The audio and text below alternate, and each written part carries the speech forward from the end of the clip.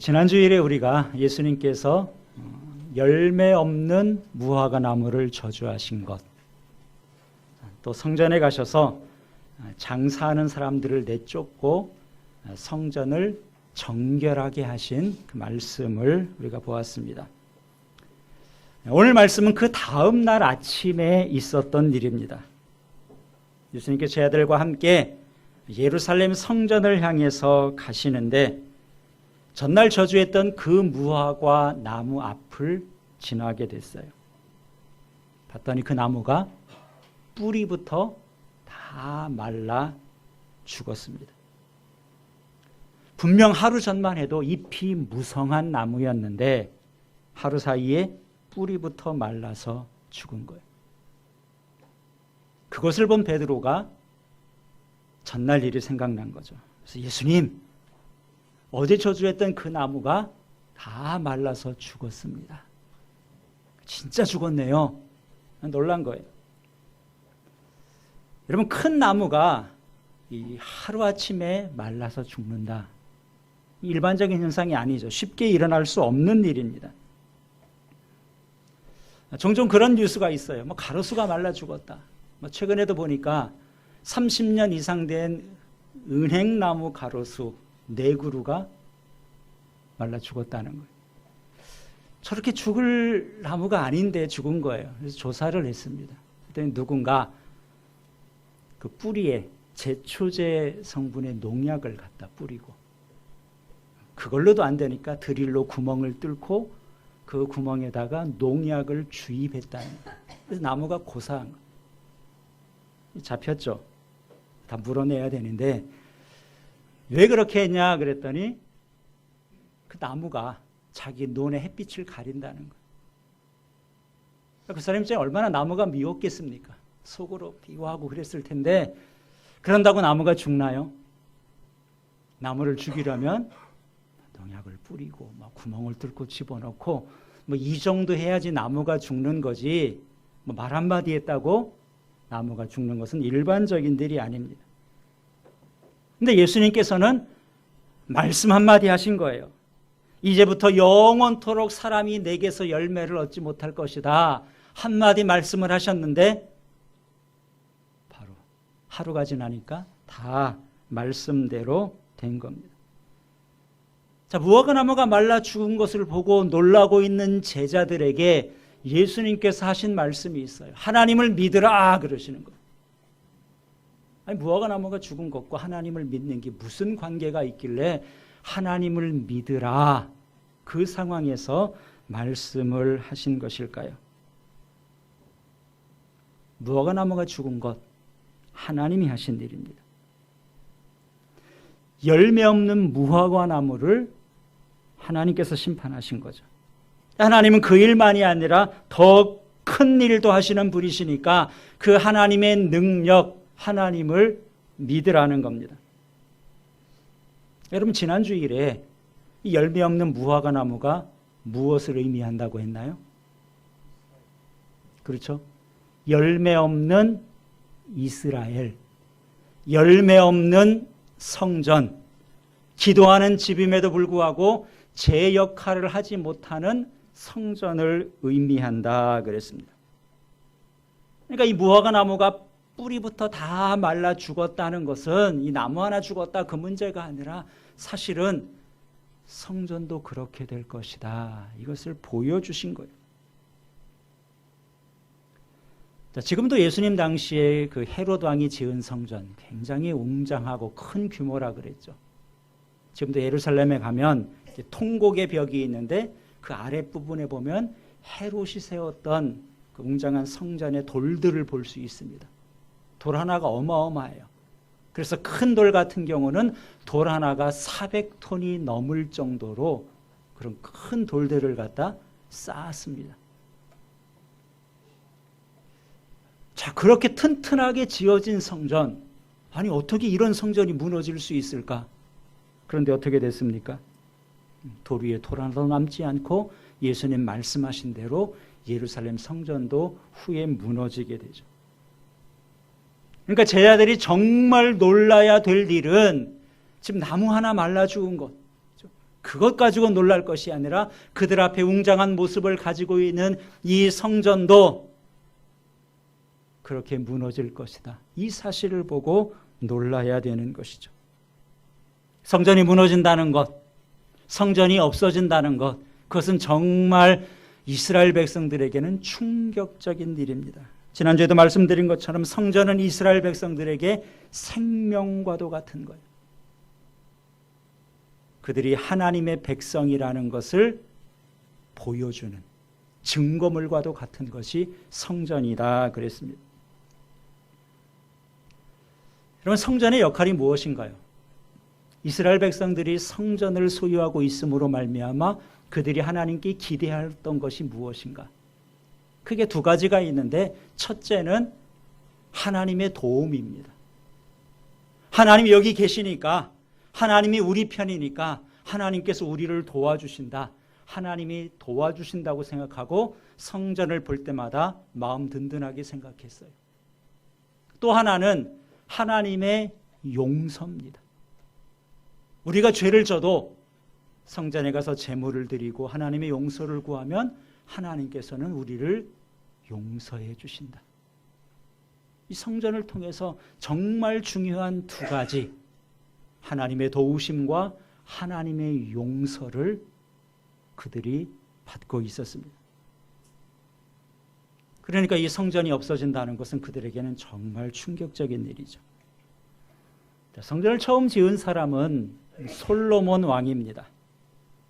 이 솔로몬 왕이 성전을 다 지어놓고 하나님께 드린 기도문이 열왕기상 8장에 있는데요. 솔로몬이 이렇게 기도했어요. 하늘에서 비가 내리지 않을 때 이 성전을 향해서 기도하면 하나님 그 기도를 듣고 비를 내려주십시오. 자, 그 시대에 하늘에서 비가 내리지 않는다? 농사에 아주 심각한 영향이 있는 거죠. 그런 큰 문제가 있을 때 하나님께 기도하면, 성전을 향해서 기도하면 하나님께서는 비를 내려주십시오. 전염병이 돌 때, 또 이것처럼 큰일이 어디 있습니까? 전염병이 돌 때 성전을 향해서 기도하면 하나님 그 기도 들어주십시오.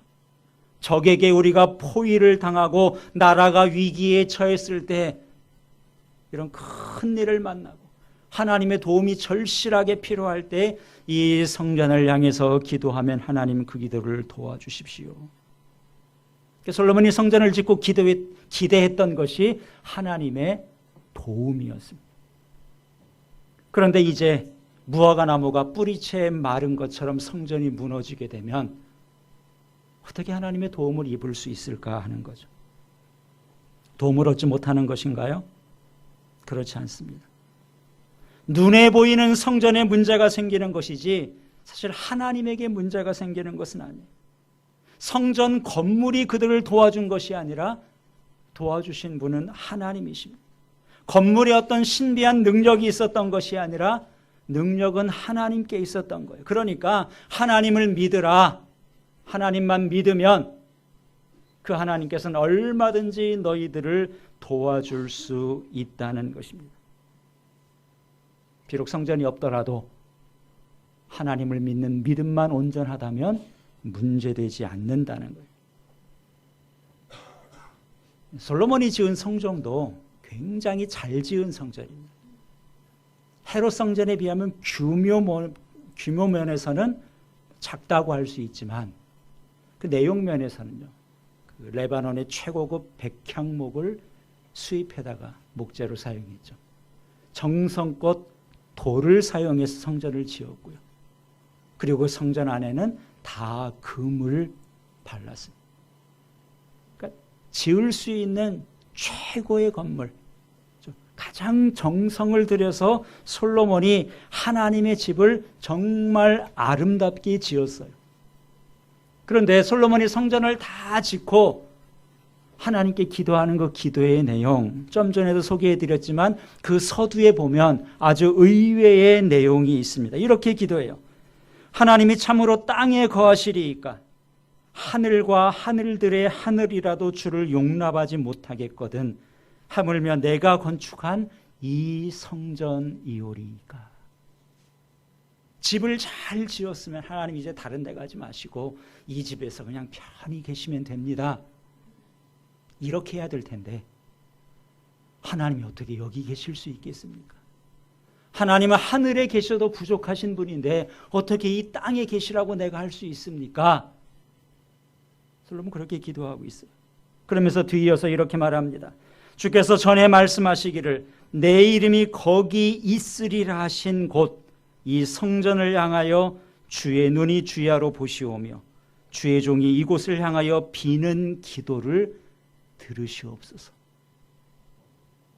주님 여기 안 계셔도 됩니다. 주님 전에 주님의 이름을 주신다 그랬죠.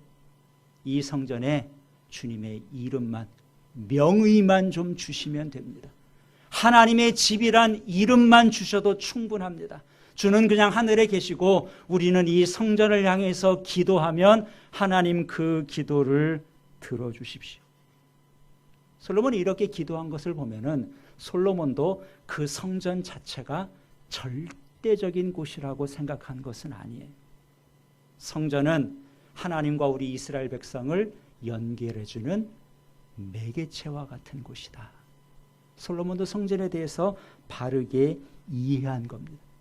그 성전이 없어진다고 해서 하나님이 더 이상 계실 곳이 없고 하나님은 무주택이 되고 하나님에게 큰 문제가 생기는 것이 아니라는 거죠. 중요한 것은 장소가 아니라 하나님을 믿는 믿음이에요. 하나님은 하실 수 있다. 성전이라는 건물과 상관없이 우리를 도와줄 수 있고 하나님을 믿는 그 믿음만 있다면 얼마든지 하나님의 도움을 받을 수 있다는 겁니다. 여러분 23절을 보시기 바랍니다. 예수님 뒤에 이렇게 말씀하시죠. 23절 같이 읽습니다. 내가 진실로 너희에게 이르노니 누구든지 이 산더러 들리어 바다에 던져지라 하며 그 말하는 것이 이루어질 줄 믿고 마음에 의심하지 아니하면 그대로 되리라. 자, 이 산이 바다에 가서 풍덩 빠져버려라. 불가능한 일이죠. 하늘에서 별을 따와라 이것처럼 사람이 할 수 없는 일이에요. 이런 일까지도 우리가 믿고 의심하지 않으면 일어난다는 것. 어떻게 가능합니까? 하나님이 하시기 때문이죠. 하나님의 능력이 하나님이시기 때문에 그 하나님을 믿고 믿음으로 나아가면 이런 일들도 가능하다는 겁니다. 그래서 현재 예루살렘에 성전이 없다 그랬어요. 더 이상 구약시대 그 개념의 성전은 이 땅에 존재하지 않습니다. 우리가 성전이라 그랬죠. 성전이 기도하는 집인데 우리가 기도하는 집이라고 했어요. 그래서 우리의 기도에 있어서도 역시 중요한 것은 믿음이다. 성전이 없어서 우리의 기도가 능력이 없는 것이 아니라 믿음이 없어서 우리의 기도가 약한 거예요. 내가 하나님의 능력을 경험하지 못하는 이유가 있다면 그것은 성전이 없어서가 아니라 믿음이 없어서죠. 그래서 주님께서는 하나님을 믿어라. 믿으면 믿음대로 된다 하신 겁니다. 하나님을 믿으시고 그 믿음으로 구하시고 그래서 하나님의 능력을 경험하시기를 주님의 이름으로 축원합니다. 자, 성전을 통해서 이루어졌던 또 하나의 중요한 일이 있었다 그랬어요. 하나님의 용서 그랬죠. 성전에 나가서 제물을 드렸던 이유는 하나님의 용서, 죄사함을 받기 위함이었습니다. 물론 제사 가운데는 감사의 제사도 있고 또 헌신의 제사도 있어요. 그러나 제사 가운데 가장 기본이 되는 제사, 중심이 되는 제사는 속죄의 제사, 죄 용서함을 받는. 근데 이제 성전이 없어요. 그렇죠. 지금 우리는 제사 드릴 수 있는 성전이 없는 시대를 살고 있습니다. 그럼 어떻게 우리 죄를 용서받나요? 더 이상 제물을 드릴 수 없는데 어떻게 우리가 죄를 용서받을 수 있는가? 자, 이 질문 우리에게 절대 어려운 질문이 아니죠. 그렇죠? 예수님께서 십자가에서 완전하신 제물이 되셨습니다. 예수님의 십자가의 피가 짐승의 피로서 해결하지 못하던 우리의 죄를 다 용서해 주셨어요. 더 이상 우리는 짐승의 피가 필요한 것이 아니라 예수 그리스도의 보혈로 용서를 받는 것입니다. 그런데 그 용서의 권한이 있으신 예수님께서 한 가지 조건을 오늘 우리에게 말씀해 주셨어요. 그것은 뭐냐 하면 우리가 먼저 용서해야 된다는 거죠. 우리가 다른 사람의 허물을 용서해야 하나님께서도 우리의 죄를 용서해 주신다는 겁니다. 25절을 보시기 바랍니다. 25절 같이 읽습니다. 서서 기도할 때에 아무에게나 혐의가 있거든 용서하라. 그리하여야 하늘에 계신 너희 아버지께서도 너희 허물을 사하여 주시리라 하시니라. 자, 기도할 때 아무에게나 혐의가 있거든. 이 말은 다른 사람과 서로 등진 일이 있으면, 누군가 좀 불편한 관계가 있냐?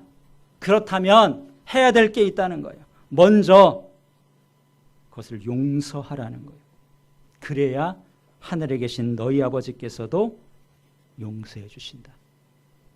다시 말하면 내가 다른 사람을 용서하지 못하면 우리도 절대 하나님의 용서를 기대할 수 없다는 거예요. 그러니까 내가 다른 사람을 용서하는 것과 하나님이 나를 용서해 주시는 것이 두 개가 딱 묶여 있습니다. 이 분리가 안 되는 거예요. 하나님 좀 분리해서 처리해 주시죠.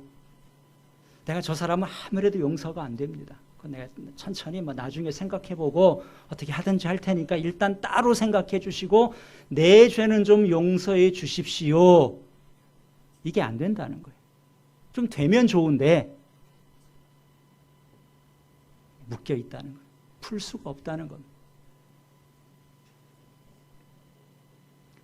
여러분 어떻습니까? 용서를 받으려면 내가 먼저 다른 사람을 용서해야 되는데, 여러분 어떻습니까? 살면서 여러분 주변에 용서하지 못하는 사람이 있지 않나요? 그렇다면 하나님께 내 죄를 용서해 주십시오. 앞으로 그런 기도는 할 필요가 없어요. 왜요? 해도 안 되니까. 해도 시간 낭비입니다. 내가 다른 사람을 용서하지 못하면서 하나님 나는 좀 용서해 주십시오. 예외적으로 그렇게 좀 해 주십시오. 그거 안 된다고 주님께서 분명히 말씀하신 거예요. 제가 지금 성경을 잘못 이해하고 있는 건가요? 처음 듣는 말씀입니까? 그렇지 않아요. 여러분 잘 알고 있는 말씀입니다. 우리가 누구나 잘 알고 있는 주님께서 가르쳐 주신 기도문에 뭐라고 기도하라 그랬어요? 우리가 우리에게 죄 지은 자를 사하여 준 것 같이 우리 죄를 사해 주십시오. 순서적으로 뭐가 앞선 겁니까? 나는 나에게 죄 지은 자를 이미 다 용서해 줬습니다. 전 이미 다 용서해 줬어요. 그러니까 하나님 이제 저의 죄도 좀 용서해 주십시오. 남을 용서하는 것이 먼저라는 거예요. 여러분은 다 용서하고 계신가요? 여전히 용서가 안 되는 사람들이 여러분 주변에 있지 않습니까? 사실 우리가 용서가 잘 안 되고 우리 마음을 힘들게 하는 사람은 멀리 있는 사람이라기보다는 가까이 있는 사람들이 많습니다. 북한의 김정은이 핵을 가지고 위협해요. 이 용서가 안 되죠. 일본의 아베도 용서하기가 쉽지 않습니다. 자, 그런데 멀리 있는 사람만이 아니라 때로는 남편이 용서가 잘 안 될 수도 있고요. 아내가 용서가 안 될 수도 있고, 때로는 앞에서 설교하고 있는 저한테 좀 마음이 틀려 있을 수도 있고요. 때로는 우리가 매주일 만나는 우리끼리 서로 잘 용서가 안 되고 힘든 관계가 얼마든지 있을 수 있다는 겁니다. 오늘 우리는 눈에 보이는 성전이 없어도 우리는 얼마든지 제사를 드릴 수 있습니다. 더 이상 제물을 드리지 않아도 제사 드린 효과를 거둘 수 있어요. 주님께서 그렇게 해주시는데 주님께서는 먼저 용서해라 그런 거죠. 그러니까 용서는 오늘날 우리가 제물을 드리는 것과 같은 그 효과가 있는 겁니다. 다른 사람의 허물을 용서하는 것이 제사와 같은 것이고요. 그래서 용서가 예배보다 더 중요하다. 예수님 마태복음 5장에서 뭐라고 말씀하십니까? 예물을 제단에 드리려다가 거기서 내 형제에게 원망 들을 만한 일이 있는 것이 생각나면 예물을 제단에 두고 먼저 가서 형제와 화목하고 예물을 드리라. 왜요? 화목하지 않고 예물을 드리고 예배를 드리는 것 효과가 없다는 것. 그 효과가 나타나려면 먼저 용서하는 일이 필요하다는 겁니다. 좀 억울하다고 생각할 수 있고 속상하다고 난 잘못한 것도 없는데 잘못은 저 사람이었는데 왜 내가 먼저 용서해야 됩니까? 그래도 용서해야 돼요. 왜요?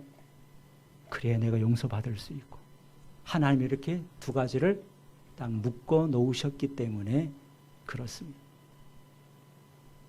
자, 이처럼 내가 용서를 받는 것과 다른 사람이 용서하는 것 서로 묶여 있다 그랬어요. 자, 그러면 앞에는 믿음을 말씀하셨는데 믿음과 용서는 어떤 관계일까요? 나는 믿음은 좋은데 참 용서가 안 돼. 이게 성립이 되겠습니까? 믿음과 용서도 사실은 하나로 묶여 있는 거예요. 예수님이 하나님을 믿으라 제 아들에게 그랬는데 여러분 어떻습니까? 여러분 하나님 믿으시나요? 너무 당연한 질문이죠. 하나님 우리가 믿는 사람들. 그런데 이런 말이 있어요. 기독교인에게 가장 힘든 일이 하나님 믿는 일이다. 무슨 뜻이겠어요? 내가 분명히 하나님을 믿는데 하나님을 믿는 것처럼 힘든 일이 없다는 거예요. 우리는 보통 하나님을 믿는다고 할 때 하나님의 존재를 믿는 것. 하나님 계시지. 나 하나님 믿어. 이걸 하나님 믿는다 라고 생각을 해요. 물론 그것도 하나님 믿는 건데 그것은 하나님을 믿는 믿음의 출발이죠. 그 믿음의 전부가 아니라 믿음의 출발입니다. 그렇기 때문에 믿음이 있다는 것, 내가 하나님을 믿는다는 것은 하나님의 존재를 믿는 것에서 그치면 안 되고 더 나가야 되는 거예요. 온전한 믿음은 무엇이냐? 하나님의 능력을 믿는 거죠. 하나님의 말씀을 믿는 거고 그 말씀에 온전히 순종하는 것이 그것이 바로 하나님을 믿는 것이다 말할 수 있는 거예요. 그런데도 많은 사람들이 하나님의 존재를 믿고 있는 것 그것만 가지고도 나는 하나님을 믿는다, 믿음이 있다 이렇게 생각하고 그 이상을 넘어서지 못하는 경우가 많습니다. 그래서 하나님을 믿는다고 하면서도 여전히 실제는 자기 경험을 믿어요. 자기 판단을 믿어요. 자기 방식대로 살아요. 옳고 그름은 말씀에 의해서 판단하는 것이 아니라 자기가 판단하고 그러니까 늘 나는 옳고 다른 사람은 틀렸고 다른 사람이 믿고 용서가 안 되는 것이죠. 하나님은 우리가 용서하기를 원하십니다. 그런데 우리가 용서하지 못하고 여전히 하나님을 믿고 있다? 사실 이것은 앞뒤가 안 맞는 말이에요. 우리가 성전이라고 해서 우리가 기도하는 집으로 살아야 되는데 내가 하나님께 기도하는데 그 기도가 늘 이기적인 기도, 자기 중심적인 기도, 예수님께서 성전에서 장사하는 사람을 내쫓았는데 그런 이기적인 삶을 살고 있다면 과연 내가 하나님을 온전히 믿고 있다고 할 수 있는가 하는 것이죠. 이처럼 믿음과 용서의 문제도 서로 묶여 있는 거예요. 나는 믿음은 좋은데 용서가 참 안 된다. 이럴 수 없다는 거죠. 하나님 나 아직 저 사람 용서가 안 됩니다. 그냥 하나님께 나 용서받는 것도 일단은 좀 접어두고 살겠습니다. 나 하나님 믿으니까 하나님 나한테 좀 능력을 베풀어 주십시오. 도와주십시오. 용서와 믿음을 좀 분리해서 나에게 적용해 주십시오. 이것도 안 된다는 거예요. 야고보서 5장 마지막 부분에 보면 하나님께서 믿음의 기도, 그 능력에 대해서 말씀하십니다. 믿음의 기도는 병든 자를 구원한다. 믿음을 가지고 기도하면 거기에 하나님의 역사가 나타난 거예요. 근데 그 다음 구절에 이렇게 말씀합니다. 그러므로 너희 죄를 서로 고백하라. 그랬어요. 왜 믿음으로 기도하라고 했는데 그 다음에 죄를 서로 고백하라고 합니까? 그 믿음의 기도가 되기 위해서는 서로 자기가 죄인임을 인정하고 서로 용서하고 화해하는 것이 필요하고요. 그래서 서로 죄를 고백하라. 의인의 간구는 역사하는 힘이 크다. 누가 의인인가요? 우리가 다 죄인이죠. 하나님께 죄를 용서받아야지만 우리가 의인이 될 수 있는데 누구의 죄를 용서해줘요? 용서하는 사람의 죄. 자기도 죄인임을 알고 서로 죄를 고백하며 서로 용서하는 사람이 의인. 의인의 간구는 역사하는 힘이 크다. 의인의 간구와 믿음의 기도를 같은 것으로 말씀하고 있습니다. 그래서 우리가 믿음으로 기도한다는 게 뭐냐? 믿습니다. 이렇게 기도하는 게 믿음의 기도인가요? 그럼 목소리 큰 사람이 제일 이게요. 믿음의 기도는 용서하면서 하는 기도가 믿음의 기도고 믿음으로 살면서 드리는 기도가 믿음의 기도입니다. 이제는 우리가 성전이라 그랬어요. 우리가 성전은 기도하는 집이라고 했는데 그럼 우리가 어떻게 기도해야 될까? 오늘 본문에서 믿음으로 기도하라. 용서하면서 기도하라. 그리고 이 두 개는 같은 겁니다. 용서하는 사람이 믿음 있는 사람이죠. 그렇게 기도할 때 예수님께서 말씀하신 것처럼 산을 옮기는 것 같은 불가능한 일들도 얼마든지 하나님의 능력으로 이루어진다는 것이죠. 이것을 믿으시고 그렇게 믿음으로 구하시고 삶 가운데 하나님의 능력을 경험하시기를 우리 주님의 이름으로 축원합니다. 기도하겠습니다. 오늘 말씀을 생 때에 대제사장들 또 서기관들 장로들이 와서 예수님께 따져 물었다 그랬습니다. 네가 무슨 권위로 이런 일을 하느냐? 누가 이런 일 할 권위를 줬냐? 이렇게 물었어요. 왜 권위 문제를 들고 나왔나요?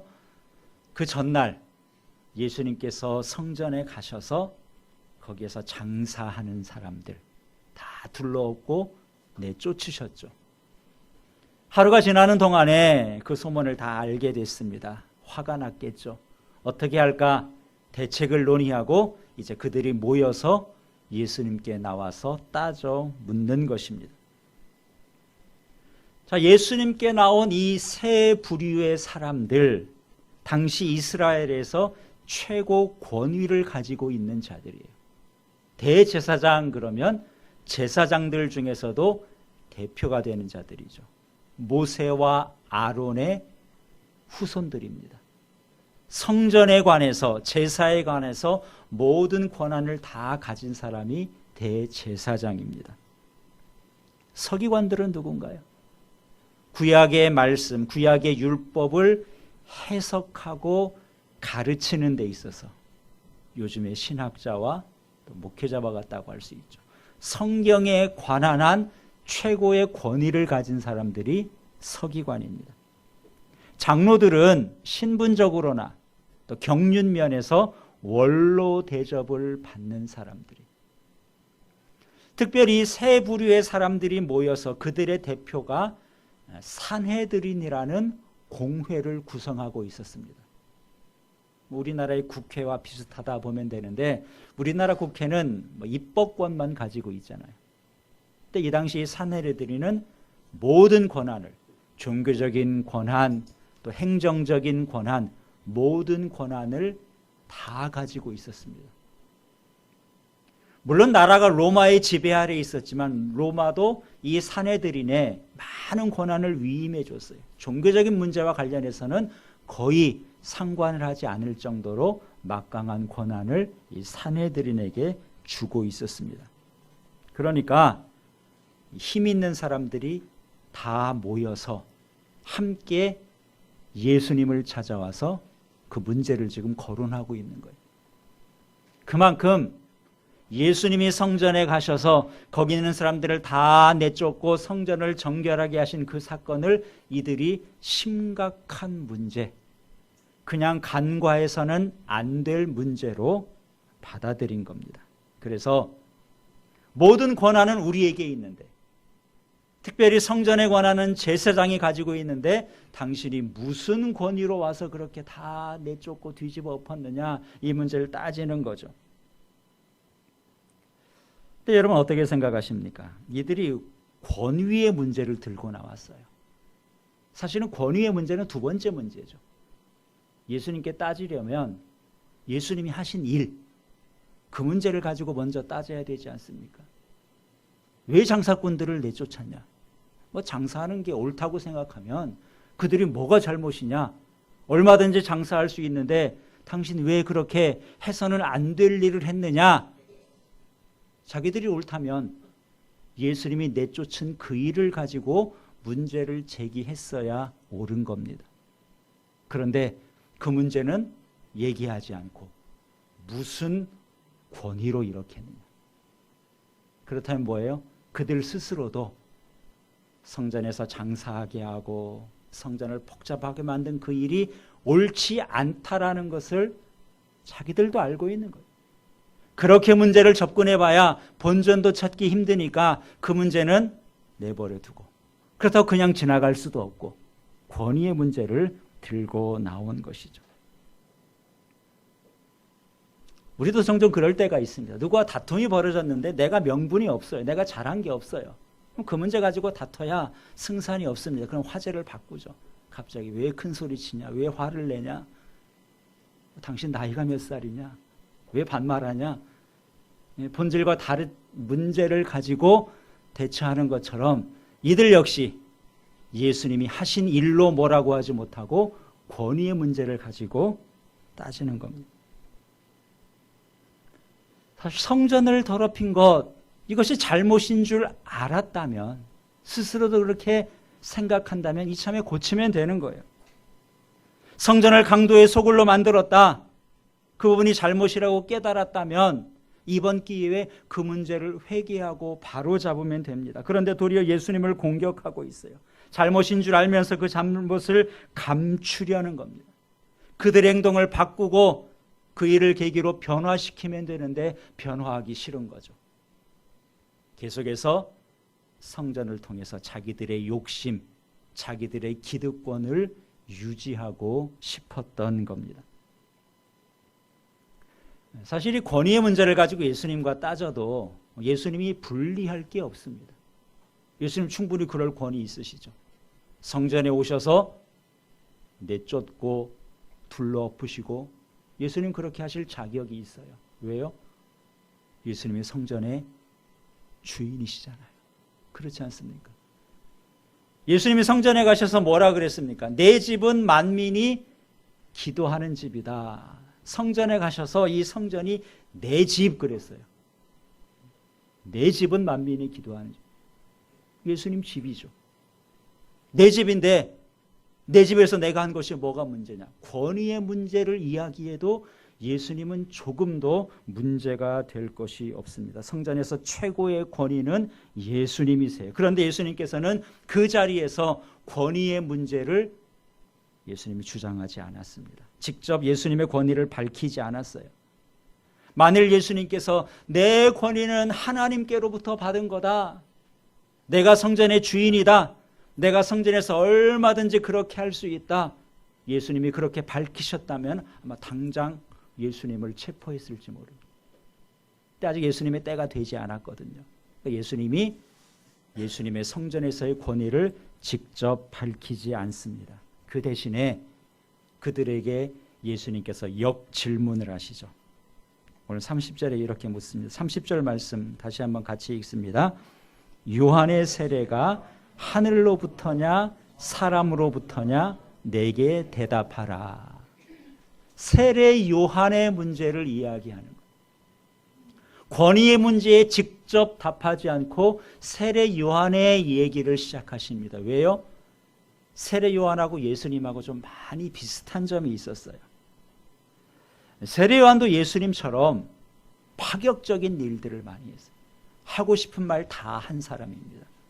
우리가 앞에서도 봤죠. 세례 요한이 헤롯 왕에게 뭐라 그랬어요? 동생의 아내를 취하는 것이 옳지 않습니다. 살아있는 권력, 왕을 향해서 잘못한 일은 잘못했다라고 당당하게 말했던 사람이 세례 요한이에요. 권력자들을 향해서도 회개하라, 요즘 표현으로 말하면 돌직구를 그대로 날렸던 사람이 세례 요한입니다.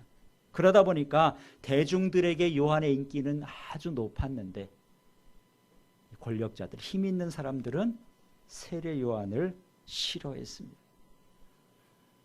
특별히 세례 요한이 주로 한 일이 세례를 베푸는 일이었죠. 사람들에게 말씀을 전하고 그 말씀 앞에 회개하는 사람들에게 요단강에서 회개의 세례를 베풀었습니다. 그러니까 이것을 보고 이들은 더 싫어한 거죠. 왜냐하면 지난주에도 말씀드린 것처럼 성전의 역할이 제물을 가지고 와서 제사를 드리고 죄를 용서받는 곳이었습니다. 세례 요한이 너희들 회개해라 그러면서 회개할 사람은 성전에 가서 제물을 드려라 그런 것이 아니라 요단강에 와서 회개의 세례를 받으라 그런 거예요. 많은 사람들이 세례를 받으러 요한에게 몰려들었습니다. 그러니까 이것을 보고 대제사장이나 당국자들은 위기의식을 느낀 거죠. 성전을 찾아와야 되는데 요한에게 가서 세례를 받고 있습니다. 세례 요한이 자기들의 권위를 빼앗고 자기들의 밥그릇을 뺏는 사람으로 여겼기 때문에 세례 요한도 좋게 평가하지 않았어요. 이런 배경 속에서 예수님이 역질문을 던진 겁니다. 요한의 세례가 하늘로부터냐 아니면 사람으로부터냐. 다시 말해서 요한이 충분히 그렇게 말할 권위가 있는 것이냐 아니면 자기 혼자 그렇게 하는 아무런 권한도 없는데 요한이 세례를 베풀고 말씀을 전한 거냐, 이것을 묻는 거예요. 아주 답변하기 곤란한 질문이죠. 왜냐하면 요한은 충분히 그럴 권위가 있다, 하나님께서 세례 요한에게 그만한 권한을 줬다 이렇게 말하면은 그럼 너희들은 왜 안 믿느냐, 왜 세례 요한 존중하지 않느냐, 이렇게 될 거예요. 반대로 요한은 아무런 권위도 없는 사람이다, 자기 혼자 그렇게 하는, 이렇게 이야기를 한다면 세례 요한을 따른 사람들이 많거든요. 많은 사람들이 세례 요한을 위대한 선지자로 여기기 때문에 백성들로부터 이들이 도리어 공격을 받을 수 있습니다. 그래서 백성들이 두려워서 그렇게도 대답을 못하고, 이렇게 말할 수도 없고 저렇게 말할 수도 없어요. 세례 요한이 하나님이 보낸 사람이다 이렇게 말할 수도 없고, 자기 스스로 그렇게 하는 거다 말할 수도 없고, 뭐라고 대답하나요? 우리가 알지 못하노라, 모르겠다. 정말 몰라서 그랬을까요? 답변하기 곤란하다는 거죠. 답변하기 싫다는 거예요.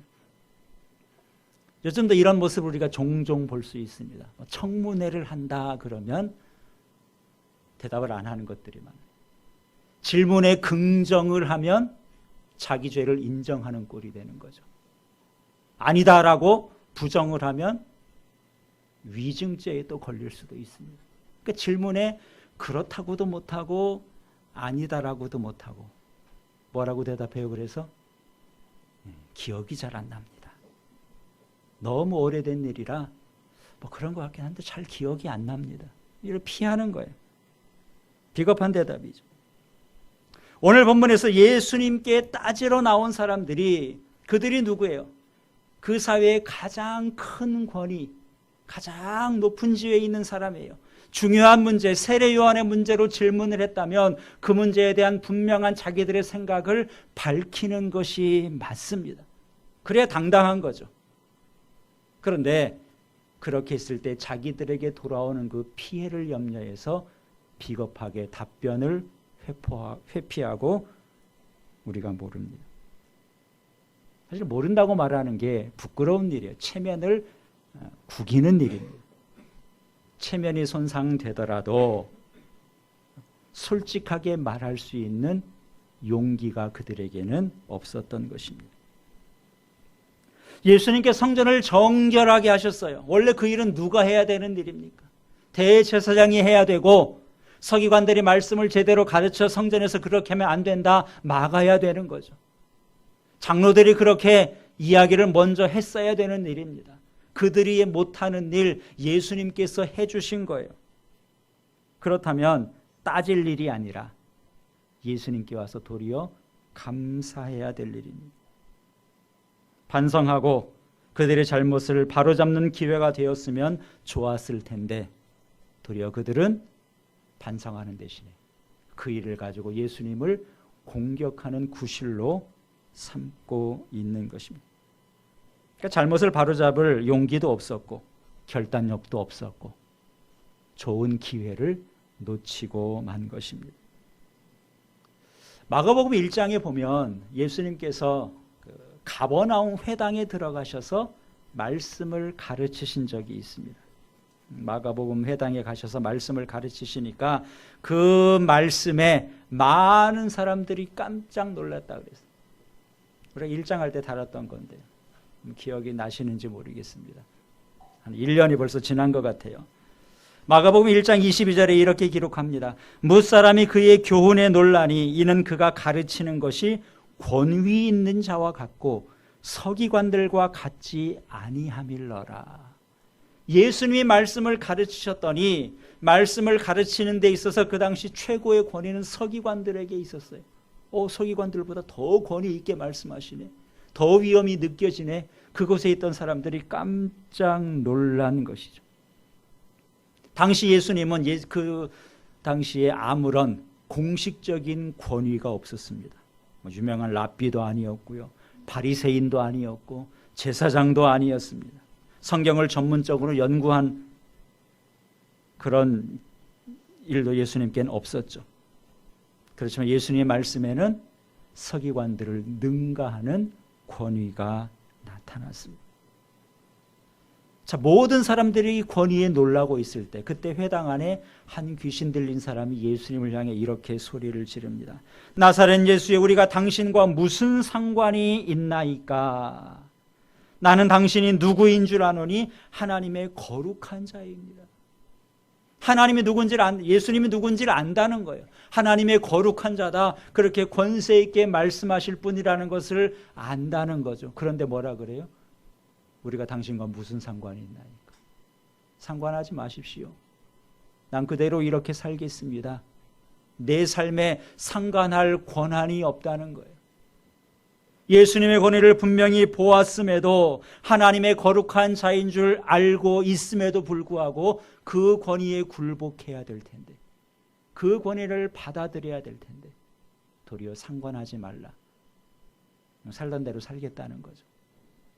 난 그대로 계속 살 테니까 간섭하지 말라는 겁니다. 안타까운 일이, 여러분, 예수님의 권위는 지금도 최고의 권위입니다.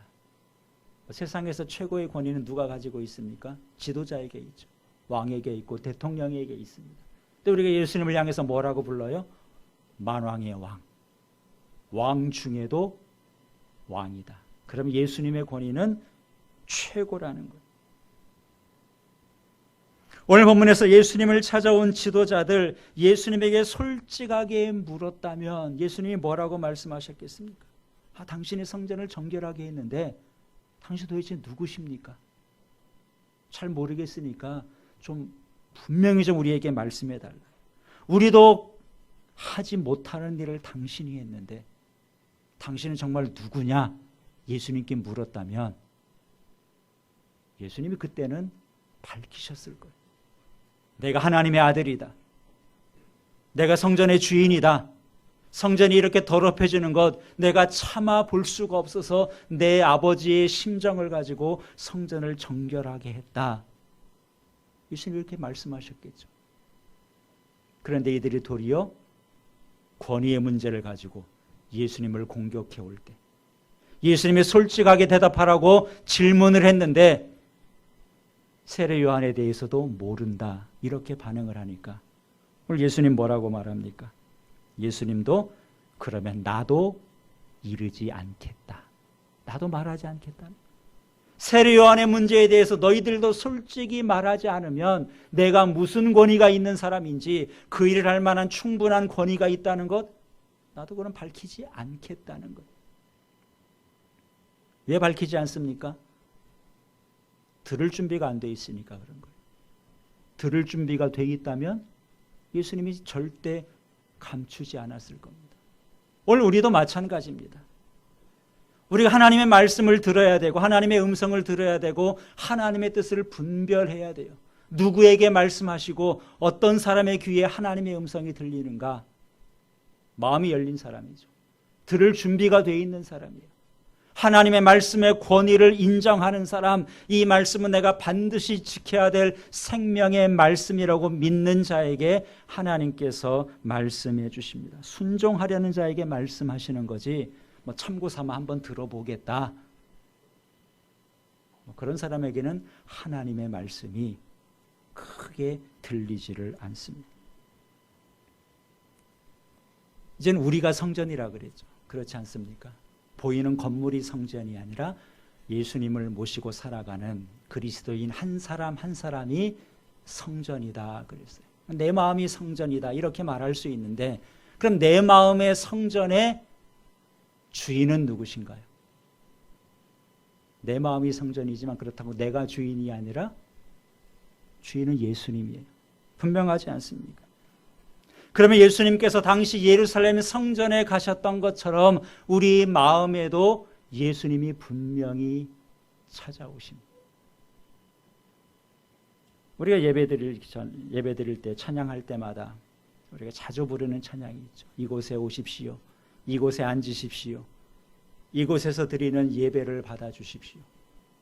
왜 그렇게 찬양합니까? 이 예배의 자리에 주님 함께 하시는 줄 믿기 때문에, 예배하는 내 심령 가운데 주님께서 찾아오시는 것을 믿기 때문에 그 간절함을 가지고 우리가 하나님께 찬양하는 거예요. 그래서 말씀을 듣는 시간, 예배하는 시간, 특별히 말씀 듣는 시간 어떤 시간이에요? 내 마음이 오신 예수님께서 나에게 직접 말씀하시는 시간입니다. 내가 힘들 때에는 그 주님께서 내 마음에 오셔서 위로의 말씀을 주십니다. 낙심해 있을 때에는 소망을 갖게 하는 말씀을 주시기도 하고요. 그러나 때때로 우리도 예수님으로부터 쓴소리도 들어야 됩니다. 예수님이 우리 마음에 오셨는데 그 당시에 예루살렘 성전처럼 우리 마음이 어지럽혀져 있다. 예수님 어떻게 하시겠어요? 똑같이 뒤집어 엎으시겠죠. 이건 아니다. 우리가 기도하는 집으로 하나님의 영광을 위해서, 다른 사람을 위해서 그런 이타적인 삶을 살아야 되는데 마치 나 자신만을 생각하고 강도의 소굴처럼 살아간다면 우리 마음을 찾아오신 주님께서 당연히 그건 안 된다고 책망을 하시고 둘러엎지 않으시겠습니까? 그렇다 할지라도 예수님이 정말 권위가 있으시다, 충분히 내 마음에 오셔서 그런 말씀하실 자격이 있으시다라고 내가 믿는다면 어떻게 해요? 받아들여야지. 그 기회를 내 마음을 정결하게 하는 기회로 삼아야 되는 것입니다. 무슨 권위로 그러십니까?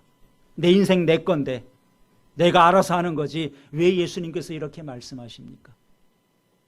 혹여나 그렇게 한다면 오늘 본문에 예수님께 나와서 따져 묻는 대제사장과 서기관들과 장로들과 우리의 모습이 별반 다르지 않다는 것입니다. 내가 좋아하던 일들 예수님께서 다 쫓아내라.